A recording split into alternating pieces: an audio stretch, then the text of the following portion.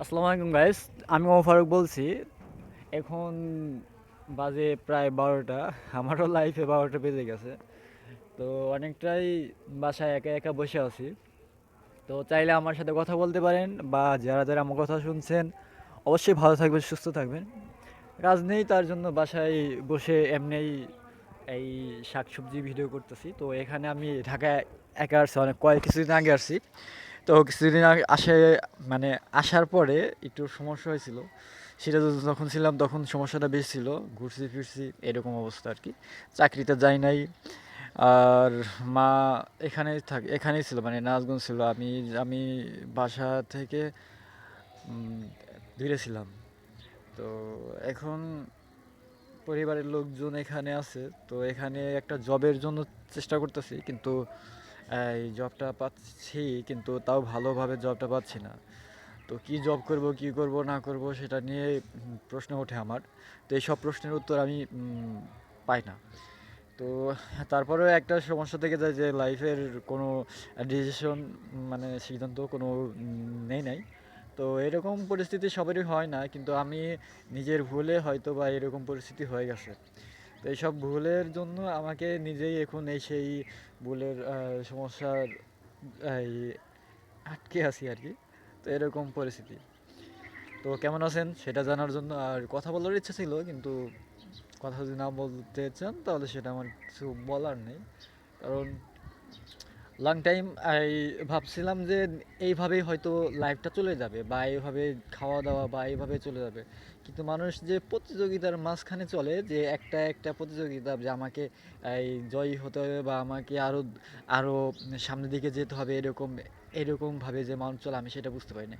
আমি ভাবছিলাম যে না, আমার এইভাবে চলে যাবে। যখন দেখতেছিলাম দিনের পর দিন এইভাবে চলতেছে, তখন সবাই মানে বিভিন্নভাবে বিভিন্ন এই মানে ইনকাম সোর্স বাড়াইতেছিল সবাই, প্রত্যেকটা মানুষই। মানে কেউ জুয়া খেলে, বা কেউ ক্যাসিনো, কেউ বাজি, কেউ বিভিন্নভাবে বিভিন্ন ভাবে ইনকাম শুরু করতেছিল আর কি। তো আর আমার তো জুয়া খেলা ওইভাবে, ওরা যেভাবে জুয়া খেলতেছিল সেভাবে আমার খেলা সম্ভব হইতেছিল না। তো যার জন্য ওদের সাথে একটা দ্বন্দ্ব হয়ে গেছিলো আমার। তো এই দ্বন্দ্বটা হচ্ছে ওই আমার বা যারা আমার এখানে ছিল সাথে উম, তাদের সাথে একটু বিরোধিতার সৃষ্টি হয়েছিল। তার জন্য সমস্যাটা হয়েছিল, আমি বুঝতে পারিনি। অনেক দিন যাবৎ কিছু লোকজন আমার পিছু নিয়ে এসেছিল। তো এরা কারা বা এদের শনাক্ত করতে পারি নাই। যখন শনাক্ত করছি, বা যখন এদের চিনতে পেরেছি, তখন বুঝতে পারছি যে আসলে এরা আমার ক্ষতির জন্য আমার পিছে পিছে ঘুরতেছে। তো আমি যেখানে যাইতেছিলাম সেখানেই তারা বিভিন্নভাবে ঝামেলা সৃষ্টি করতো। আমিও বুঝতে পারতাম না। তো আমার উপরে যেই ব্যক্তি ছিল সেই ব্যক্তিটাকে আমি সেই ব্যক্তির আত্মীয়স্বজনকে যে অনেকবার জিজ্ঞাসা করেছিলাম যে আসলে আপনারা যে এইভাবে ঝামেলা করতেছেন, এই ঝামেলার জন্য আমি বিপদে পড়ে যাচ্ছি, এই ঝামেলাটা একটু মেটানোর চেষ্টা করুন। তো তারপর তারা বলল যে আমরা দেখি চেষ্টা করি। কিন্তু পরবর্তী বুঝতে পারলাম যে আসলে উনি এই ঝামেলা বা এরকমই ঝামেলা অনেকদিন এই ঝামেলাই মানে নিয়েই থাকে আর কি। তো তার জন্য আমিও কিছু বুঝে ওঠার আগেই আমার সমস্যা হয়ে গেল। তো আজকে চাকরির জন্য গেছিলাম, হয়তো চাকরি করতে পারতাম, কিন্তু তারপরে চলে আসছি। এখন কালকে হয়তো যাব, কালকে চাকরি করব। চাকরি হলে হয়তো আর এইভাবে হয়তো ভিডিও করা হবে না। যদিও কিছু বলার ছিল, কি বলবো সেটা ভাবতে পারতেছি না। কারণ একজন বি ডট বলছি, ভি ডটকে কীভাবে কী বলা যায় সেটাও তো জানি না।